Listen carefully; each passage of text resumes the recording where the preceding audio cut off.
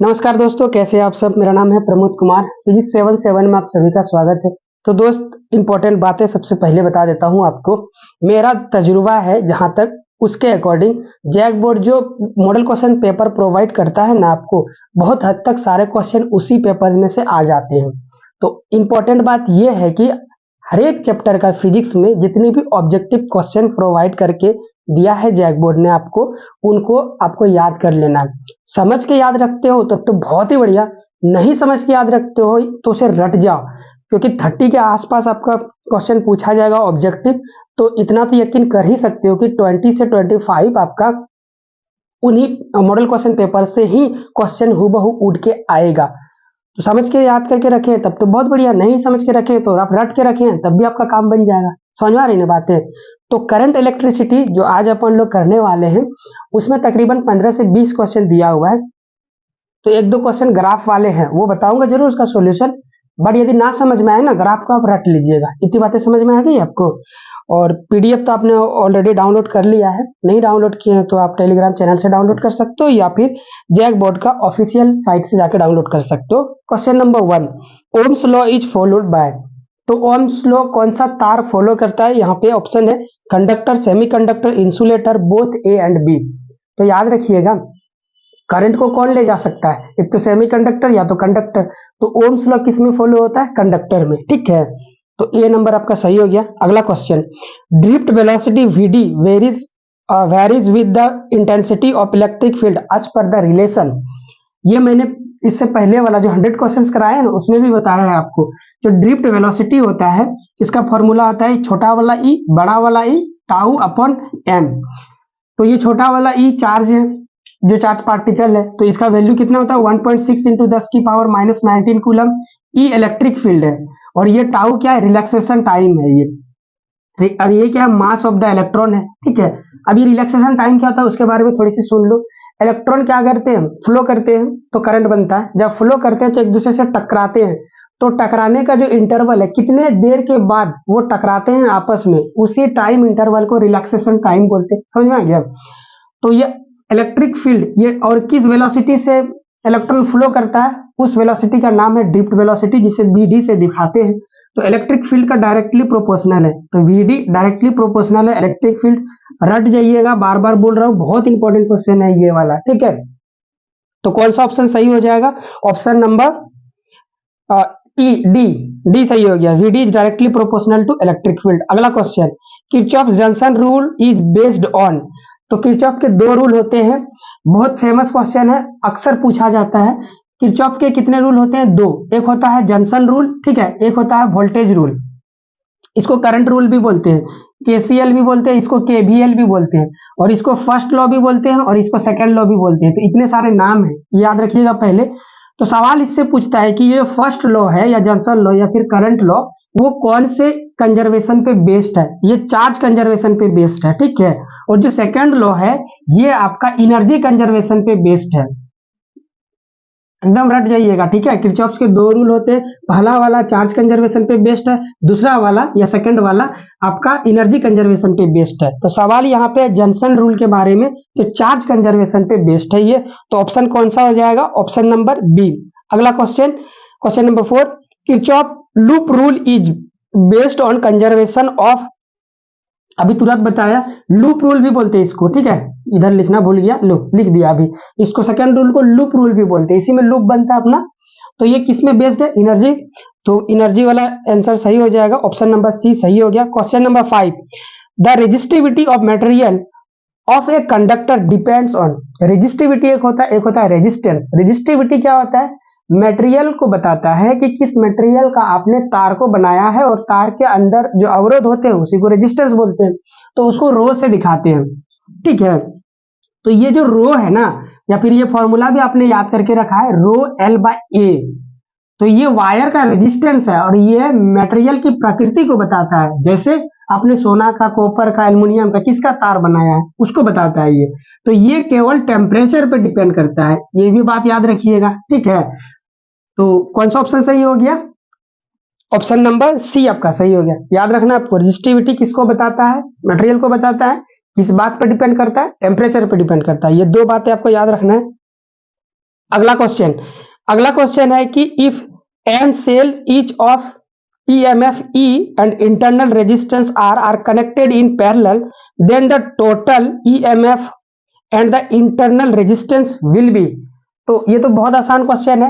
आपने ये केवीएल नहीं, कॉम्बिनेशन ऑफ बैटरी पढ़ के रखा होगा। तो ये क्या है, इस तरह से ये दूसरा बैटरी, ये तीसरा बैटरी, तो सभी का EMF कितना हो जाएगा। तो यदि सभी का EMF मेरा E है, तो इसका जो इक्विवेलेंट सिंगल बैटरी यदि लाएंगे तो इसका जो इक्विवेलेंट बैटरी EMF होता है वो क्या हो जाएगा, E के बराबर हो जाएगा। पैरेलल के केस में यदि बराबर है तो अब इन सभी का इंटरनल रेजिस्टेंस है, ठीक है। और इंटरनल रेजिस्टेंस देख लो, ये सभी कैसे हैं, पैरेलल में। पैरेलल को इंटरनल रेजिस्टेंस को छोटा वाला R इक्विवेलेंट बोल दूं, तो पैरेलल रेजिस्टेंस में इक्वल रेजिस्टेंस को कैसे अपन लोग कैलकुलेट करते हैं, तो R/N सेम रेजिस्टेंस का वैल्यू और ये टोटल नंबर ऑफ रेजिस्टेंस। तो क्या गो है यहाँ पे, 3 गो है, तो 3 गो नहीं, N गो है ना, डॉट डॉट डॉट करके आगे भी चलेगा, तो R/N हो जाएगा। तो ऐसा ऑप्शन में कहाँ पे दिया हुआ है, R/N, चेक कर लो आप, है ना। तो ऑप्शन नंबर ए याद कर लीजिएगा, ठीक है। ये उतना ज्यादा इंपॉर्टेंट नहीं है जितना ज्यादा किरचॉफ्स वाला और वो डिप्ट वेलोसिटी वाला इंपॉर्टेंट था। याद हो जाए तो बहुत ही बढ़िया। The resistivity of alloy मैग्नीन is, तो जो रेजिस्टिविटी होता है ना, एलॉय मैग्नीन क्या चीज होता है पहले वो समझ लो। एक एलॉय मैग्नीन एक बहुत अच्छा मटेरियल होता है जिसका सेंसिटिविटी बहुत अच्छा होता है, ठीक है। आपने मीटर ब्रिज पढ़ के रखा होगा या पोटेंशियोमीटर पढ़ के रखा होगा, उसमें तार के कॉरस्पॉन्डिंग वोल्टेज का वेरिएशन होता है। तो जो तार बनाया जाता है ना वो मैग्नीन का बनाया जाता है, ये भी याद रखिएगा। मीटर ब्रिज आपने पढ़ के रखा है ना, ऐसे ये आपका तार होता था और यहाँ पे जॉकी को आप उठा उठा के रखते थे, या फिर यहाँ पे छोटा सा बॉक्स होता था और यहाँ पे भी एक रेजिस्टेंस होता था। ऐसे यहाँ से आपने तार को गैल्वेनोमीटर कनेक्ट करके लाते थे जॉकी लगा के, ये मीटर ब्रिज में ऐसा कुछ होता है, ठीक है। यहाँ पे आपने बैटरी लगा दिया। तो इसका आंसर क्या हो जाएगा, टेम्परेचर से इंडिपेंडेंट होना चाहिए। ये जो मैग्नीन होता है ना, ये टेम्परेचर पे वेरी नहीं करता है। ये तो टेम्परेचर बदलेगा तो पोटेंशियल भी चेंज होने की खतरा रहता है, इसीलिए एक ऐसा तार लेते हैं जिसको टेम्परेचर से फर्क नहीं पड़ता है, इंडिपेंडेंट ऑफ टेम्परेचर होता है, ठीक है। तो कौन सा ऑप्शन सही हो जाएगा, ऑप्शन नंबर ए। समझ में आ गया ना, इसको याद कर लीजिएगा। क्यों इंडिपेंडेंट ऑफ टेम्परेचर से होना चाहिए, यदि टेम्परेचर के प्रभाव में आएगा तो रीडिंग गलत देने लगेगा, इसीलिए एक ऐसा तार लगाते हैं जिसका टेम्परेचर पे कोई फर्क नहीं पड़ता है, इफेक्ट नहीं पड़ता है। अगला question, the equivalent resistance of register in parallel combination. तो पैरेलल कॉम्बिनेशन में अभी देख लो आप, अभी इधर निकालने तो R इक्विवेलेंट बराबर देख लो क्या होता है, R/N होता है। भाई किसी भी रेजिस्टेंस को आप डिवाइड करोगे तो उसका वैल्यू डिक्रीज होता है, घटता है। डिवाइड करने पे वैल्यू घटता है और मल्टीप्लाई करने पे वैल्यू बढ़ता है। और यदि सीरीज में रहता तो R इक्विवेलेंट NR हो जाता, तो यहाँ पे मल्टीप्लाई हो रहा है N, तो यहाँ पे रेजिस्टेंस इक्विवेलेंट इंक्रीज होगा, इस केस में डिक्रीज होगा। तो कौन सा ऑप्शन सही हो जाएगा, B for Bombay. Question number 9, in a Wheatstone bridge if the battery and galvanometer are interchanged then the deflection in galvanometer क्या होगा, ठीक है। इसको समझाता हूं पहले फटाफट।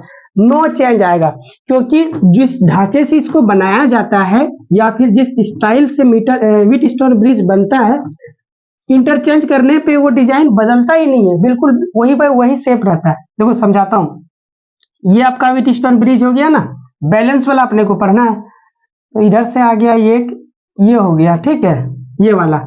तो यहाँ पे अपन लोग गैल्वेनोमीटर लगाते हैं इस तरह से, और इन दोनों पॉइंट से अपन लोग क्या करते हैं, बैटरी कनेक्ट करते हैं। तो अभी समझाने के लिए इसको ए नाम दे देता हूँ, बी, ये सी, ये डी हो गया, ठीक है, समझ में आया। अब ये क्या बोल रहा है कि भाई इसको इंटरचेंज कर दो। इंटरचेंज करने का मतलब हो गया गैल्वेनोमीटर को आप यहाँ लेके आ जाओ और बैटरी को कहाँ लगा दो, यहाँ पे लगा दो, ठीक है। अब भी आप ध्यान से देखोगे तो भाई पहले वाला जो डायग्राम था वो भी 2 पॉइंट के बीच में गैल्वेनोमीटर लगा हुआ था और बाकी 2 बचे हुए पॉइंट के बीच में बैटरी लगा हुआ था। जब इन दोनों का आपने इंटरचेंज कर दिया तब भी ये 2 पॉइंट बदल गए हैं, बेसिकली रेजिस्टेंस आप भी जहां का वही है। तो ये गैल्वेनोमीटर अभी भी इन दोनों पॉइंट के बीच में लगा हुआ है और ये जो बैटरी है वो बाहर से ना लगकर ये अंदर से लगा हुआ है। अंदर का मतलब छोटा हो गया ताप, समझ लो ऐसे, ठीक है, अभी भी यही लगा हुआ है। तो इन दोनों पॉइंट के बीच में जो गैल्वेनोमीटर का काम है डिफ्लेक्शन दिखाना, वही शो करेगा। और ये बैटरी तो अपन ने पॉइंट के बीच में जोड़ के ही रखा है, ठीक है। या ऐसे भी कर सकते थे, इसको बाहर निकाल के ऐसे जोड़ सकते थे। लो देख लो क्या फर्क पड़ता है। अब ये गैल्वेनोमीटर अंदर था तो लो गैल्वेनोमीटर, लेकिन जुड़ा हुआ अभी भी वही पॉइंट में, तो कोई चेंज नहीं आएगा, काम अभी भी गैल्वेनोसी नहीं करेगा, ठीक है। तो नो चेंज आ जाएगा। समझ में आ गया। अगला पॉइंट चलते हैं। तो कौन सा ऑप्शन हो जाएगा 9 का? सी नंबर आपका करेक्ट हो जाएगा। Next number 10, if a cell and EMF E and internal resistance R is connected across a variable external resistance बड़ा वाला R है, as the resistance R is increased the plot potential difference V across R is given by। ऐसा question आपने कभी भी solve नहीं किया होगा, तो आपको क्या करना है, इसको रट लेना है, ठीक है। क्वेश्चन यदि ग्राफ वाला आता है तो इसी से आएगा। समझ में आया। तो कौन सा ऑप्शन इसमें दिया हुआ है आपको?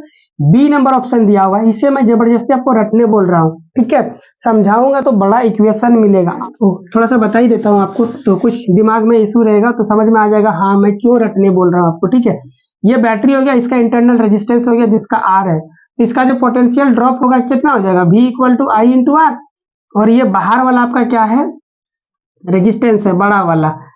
तो भाई ये बैटरी ऐसे दिखाते हैं, तो यहाँ पे जो ए पॉइंट है मान लेता हूँ, ये बी पॉइंट है, तो पोटेंशियल ड्रॉप ए बी के अकॉर्डिंग जो होगा, बैटरी का ईएमएफ ई है यदि, तो जितना ई बैटरी पोटेंशियल क्रिएट कर रहा है, ईएमएफ क्रिएट कर रहा है, उतना पोटेंशियल ए बी के अक्रॉस दिखेगा नहीं अपने को। इंटरनल रेजिस्टेंस की वजह से थोड़ी सी खपत हो जाएगी बैटरी के अंदर, और वो कितना खपत होगी? आई इंटू आर, ये हो जाएगा माइनस आई इंटू आर। तो पोटेंशियल बराबर E M F minus I into R हो गया। अब ये देखो आई कैसे निकालोगे आप? तो सर्किट में टोटल रेजिस्टेंस किसके कितने हैं? तो आर इक्विवेलेंट बराबर छोटा वाला आर प्लस बड़ा वाला आर, ठीक है। कितने हो गए? तो सर्किट में पोटेंशियल ड्रॉप कौन है? ये वाला, ठीक है। यही पोटेंशियल ड्रॉप बैटरी दे रहा है अपने को, ये प्रोवाइड कर रहा है। तो V बराबर मान लेते हैं इसको I इंटू आर इक्विवेलेंट हो जाएगा। अब I यहां से निकालोगे तो V अपॉन ये हो जाएगा R प्लस आर इक्विवेलेंट का मान R, छोटा वाला R। अब इस I के मान को यहाँ पे रखोगे, फिर सॉल्व करोगे, फिर ग्राफ प्लॉट करोगे, और ग्राफ प्लॉट करना आई होप आपने सीखा नहीं होगा, तो इसीलिए बोल रहा हूँ इसको क्या करने के लिए? रटने के लिए, ठीक है। तो आप क्या करोगे? इसको रट लोगे। तो क्वेश्चन नंबर 10 का कौन सा ऑप्शन सही है? ये वाला सही है, इंक्रीज करेगा, ठीक है। याद कर लेना मेरे भाई, मेरे दोस्त, याद कर लेना इसको। Question number 11, A B is a wire of potentiometer with the increase in the value of resistance R, the shift in the balance point J will be. तो बैलेंस पॉइंट कहाँ की ओर शिफ्ट होगा? ये लॉन्ग क्वेश्चन है, तो आपका जो ये सब्जेक्टिव क्वेश्चन है उसमें भी पोटेंशियोमीटर का कंस्ट्रक्शन आता है, इसीलिए इसको समझा देता हूं, क्योंकि वहां भी आपने पढ़ के रखा होगा, तो यहाँ आप आसानी से समझ सकते हैं। ये हमारा क्या है? एक पोटेंशियोमीटर का डायग्राम है, मान के चलते हैं, और यहाँ से जॉकी कनेक्ट रहता है, और ये पोटेंशियोमीटर बेसिकली क्या करता है? बैटरी के ईएमएफ को कंपेयर करने में मदद करता है, ठीक है। अब दो बैटरी के ईएमएफ को, इसका प्रिंसिपल क्या है? प्रिंसिपल इसको इस पॉइंट, ये तार की लंबाई, ये वाला तार की लंबाई है, ठीक है। पोटेंशियोमीटर में एक तार होता है ना, ये वाला तार है वो, और यहाँ पे आपका क्या लगा हुआ रहता है? एक स्केल लगा हुआ रहता है जो रीडिंग लेने में आपकी मदद करता है कि तार की लंबाई इस पॉइंट से बी पॉइंट तक में कितना सेंटीमीटर, ठीक है। अब इतनी बातें समझ में आ गई आपको। अब जो पोटेंशियल ड्रॉप होता है इस तार के अबाउट, वो इसके लेंथ के प्रोपोर्शनल होता है, इसका प्रिंसिपल यही होता है। तो V जो होता है डायरेक्टली प्रोपोर्शनल होता है L। ये L क्या चीज है? इस पॉइंट से लेकर ये जॉकी मतलब गैल्वेनोमीटर में जब जीरो करंट डिफ्लेक्शन हो जाए उस पॉइंट तक के बीच का डिस्टेंस है R में। समझ में आ गया। और ये इस पॉइंट को नल पॉइंट भी बोलते हैं। नल पॉइंट इसलिए क्योंकि उस समय गैल्वेनोमीटर में कोई करंट शो नहीं होता है। तो इतने लेंथ को अपन ने L बोल दिया, और इतने लेंथ में जितना पोटेंशियल ड्रॉप होगा, जितना पोटेंशियल होगा वो डायरेक्टली पोटेंशियल ड्रॉप के बराबर होगा। समझ में आ गया इतनी बातें। अब कहता है कि ये रेजिस्टेंस को यदि बढ़ाएंगे हम लोग, इंक्रीज करेंगे, तो इस लेंथ का वैल्यू बढ़ेगा या घटेगा, या फिर इस जॉकी को जो यहाँ पे है उसको राइट साइड बी की ओर लेके जाएंगे या ए की ओर लेके आएंगे। समझ में आया इतनी बात। तो अब सवाल करते हैं। अपन लोग जानते हैं रेजिस्टेंस का मतलब होता है अवरोध, अवरोध को बढ़ाओगे तो करंट घटेगा। भाई रास्ता यदि तकलीफ दोगे, रास्ता गड़बड़ क्रिएट करोगे तो भाई करंट कम जाएगा। यदि करंट कम जाता है तब क्या होता है, इतनी बातें अपने लोगों को पता है कि रेजिस्टेंस यदि इंक्रीज करेगा आज तो करंट क्या होगा, डिक्रीज होगा। ये तो जनरल नॉलेज वाली बात है। ये अवरोध है, अवरोध को बढ़ाओगे तो करंट कम जाएगा। अब V बराबर अपन लोग जानते हैं I इंटू आर, और R बराबर फॉर्मूला से जानते हैं रो एल बाई ए। ठीक है, तो V equal to I rho R की जगह ये वैल्यू को पुट करो रो एल बाई ए। समझ में आया। अब अपने को क्या चाहिए, इस लेंथ के रिलेशन चाहिए इस I के साथ। तो देखो रो ये तो तार की प्रॉपर्टी होती है, ये तो कांस्टेंट होगा, मैग्नीन का है तो कांस्टेंट हो गया। एरिया भी कांस्टेंट होता है, ये भी पता होगा आपको, क्रॉस सेक्शनल एरिया मतलब ये और ये दोनों कांस्टेंट है, तो इन दोनों का अपन ने के मान लिया, तो V equal to I into K into L हो गया। एल क्या चीज है भाई, ये जॉकी का पोजीशन है ए पॉइंट से, वो वाला लेंथ, और ये मेरा वेरी करते रहता है। जॉकी को उठा उठा के यहाँ वहां रखता हूँ ना, और चेक करता हूँ कहाँ पे मेरा गैल्वेनोमीटर पे जीरो करंट आ रहा है। तो अब देखो, तो ये के और एल को इस साइड भेज दो तो V अपॉन के एल हो जाएगा इक्वल टू आई। अब देख सकते हो लेंथ और आई का रिलेशन कैसा, इनवर्सली प्रोपोर्शनल है। आई इनवर्सली प्रोपोर्शनल हो गया लेंथ का। तो अभी मेरा क्या हो रहा है, करंट डिक्रीज हो रहा है। करंट डिक्रीज हो रहा है तो लेंथ को क्या करना पड़ेगा आपको, लेंथ बढ़ेगा। करंट डिक्रीज हो रहा है तो लेंथ बढ़ेगा, और वो वाला लेंथ कहाँ से है, ए से है। तो यदि मुझे ये वाला लेंथ बढ़ाना है तो किसकी ओर जाऊंगा, जॉकी को उठाकर लेकर भाई बी की ओर जाऊंगा ना, तो भाई टूवर्ड्स द बी होगा। ऑप्शन समझ में आ गया। यदि इतनी तामझाम ना समझ में आए तो रट लीजिएगा, आसान तरीका है। तो अपने लोगों का ऑप्शन हो जाएगा टूवर्ड्स द बी। समझ में आ गया। नेक्स्ट क्वेश्चन, इसका कंस्ट्रक्शन लॉन्ग क्वेश्चन में पूछता है अक्सर, इसीलिए इसको बता दिया। Question number 12, which of the following IV graph represent the ohmic conductor. बचपन 10th से ही याद करते हुए आए हो कि भाई, और वहां पे आपने प्रैक्टिकल भी करके देखा था, थ्योरी प्रैक्टिकल नहीं, थ्योरी बुक में बनाया भी होगा आपने कि ओम्स लॉ से ग्राफ अपन लोगों को स्ट्रेट लाइन मिलता है, और ये किसके लिए होता है, केवल ओमिक कंडक्टर। ओमिक कंडक्टर का क्या मतलब हो गया, वो सारे कंडक्टर जो ओम्स लॉ को फॉलो करते हैं उन्हीं को ओमिक कंडक्टर बोलते हैं। इसका मतलब ये हुआ कि सारे कंडक्टर ना ओम्स लॉ को फॉलो नहीं करते हैं, और ये बात भी सही है। तो याद रखिएगा दो बातें, सारे कंडक्टर ओम्स लॉ को फॉलो नहीं करता है, जो कंडक्टर ओम्स लॉ को फॉलो करता है उसको बोलते हैं ओमिक कंडक्टर, और उन्हीं कंडक्टर के लिए ये वाला ग्राफ आता है स्ट्रेट लाइन वाला। समझ में आया। तो ओमिक कंडक्टर हो जाएगा। तो कौन सा ऑप्शन है, ये वाला ओमिक कंडक्टर के लिए। अगला क्वेश्चन नंबर 12 और 13 कहता है which of the following is correct for VI graph for a good conductor. तो अभी तुरंत थोड़ी देर पहले बताया था, जो कंडक्टर ओम्स लॉ को फॉलो करता है उसको ओमिक कंडक्टर बोलते हैं। सारे कंडक्टर ओम्स लॉ को फॉलो नहीं करते। तो ये जो गुड कंडक्टर है ना, ये भी ओम्स लॉ को फॉलो नहीं करता है। थोड़ा ओम्स लॉ क्या करता है कि भाई V और I का जो ग्राफ होगा वो स्ट्रेट लाइन होगा, जबकि ऐसा होता नहीं है, थोड़ा सा फ्लक्चुएशन दिखाई देता है गुड कंडक्टर में। ओमिक कंडक्टर की बात नहीं हो रही है, ठीक है। तो इसीलिए ग्राफ में थोड़ा सा डेविएशन देखने को मिलता है, ये भी याद कर लीजिएगा। तो इसका ग्राफ कैसा, स्ट्रेट लाइन ना होके थोड़े दूर तक तो स्ट्रेट लाइन जाएगा, फिर थोड़ा ऐसे उठ जाएगा ऊपर। समझ में आया। तो ऐसा कौन सा ग्राफ है आपका, सारे तो ऑप्शन नंबर ए आपका सही हो गया। ये दोनों याद कर लीजिएगा। Next question, question number 14, in the series combination of two और मोर देन टू रेजिस्टेंस है, यदि सीरीज कॉम्बिनेशन में, तो the current through is resistance is same. अपन लोग जानते हैं बचपन से ही, है ना। सीरीज में करंट क्या होता है, सेम होता है, पोटेंशियल सेम नहीं होता है, पोटेंशियल डिफरेंट होता है, सेम नहीं होता है। पैरेलल में क्या सेम होता है, पैरेलल में हम लोग का पोटेंशियल सेम होता है और करंट सेम नहीं होता है, ठीक है। ये वाली बात याद रखिएगा। तो कौन सा ऑप्शन सही होगा, पहला ऑप्शन ही सही हो गया। अगला question, the resistivity of alloy magnet is. तो ये जो तार बनाते हैं ना, यहाँ पे अभी तुरंत देखो मिल भी गया, इसी तार को अपन लोग किससे बनाते हैं, मैग्नीन से। और ये टेम्परेचर से क्या होना चाहिए, इंडिपेंडेंट होना चाहिए, नहीं तो ये जो रीडिंग है ना वो गलत देना चालू कर देगा। तो कौन सा ऑप्शन सही हो जाएगा, nearly independent of the temperature, तो पहला ऑप्शन सही हो गया। तो दोस्त अपन ने जो जो बोला आपको उसी तरह फॉलो करना है। ये समझ में आया देन वेल एंड गुड। और वो जो ईएमएफ वाला है उसे भी याद कर लीजिएगा कि उसका ग्राफ कैसा होता है, ऐसा होता है। ठीक है, सेशन को हम लोग यहीं पे समाप्त करेंगे। अगला जो टॉपिक है ना, कौन सा टॉपिक है, मैग्नेटिज्म या मैग्नेटिक इफेक्ट ऑफ करंट है ये। उसमें तकरीबन 35 या 40 ऑब्जेक्टिव क्वेश्चन मॉडल पेपर में प्रोवाइड किया, सबको रट जाइएगा। उसके अलावा भी मैं आपको कुछ तकरीबन 40 क्वेश्चन बताऊंगा, तो दोनों मिला के कितने हो जाएंगे आपके 80 के आसपास। तो मेरे द्वारा बताए हुए क्वेश्चंस को आप इंपॉर्टेंट मान सकते हो। यदि नहीं याद होता है तो उसे छोड़कर सबसे पहले किसे याद करोगे, जो आपके मॉडल क्वेश्चन पेपर में ऑब्जेक्टिव प्रोवाइड किया गया उसे। उसमें तो कोई किंतु परंतु नहीं, उसे आपको याद करना ही पड़ेगा। समझ में आया इतनी बातें? सो सेशन को यहीं पे समाप्त करते हैं। गुड बाय, थैंक यू दोस्त।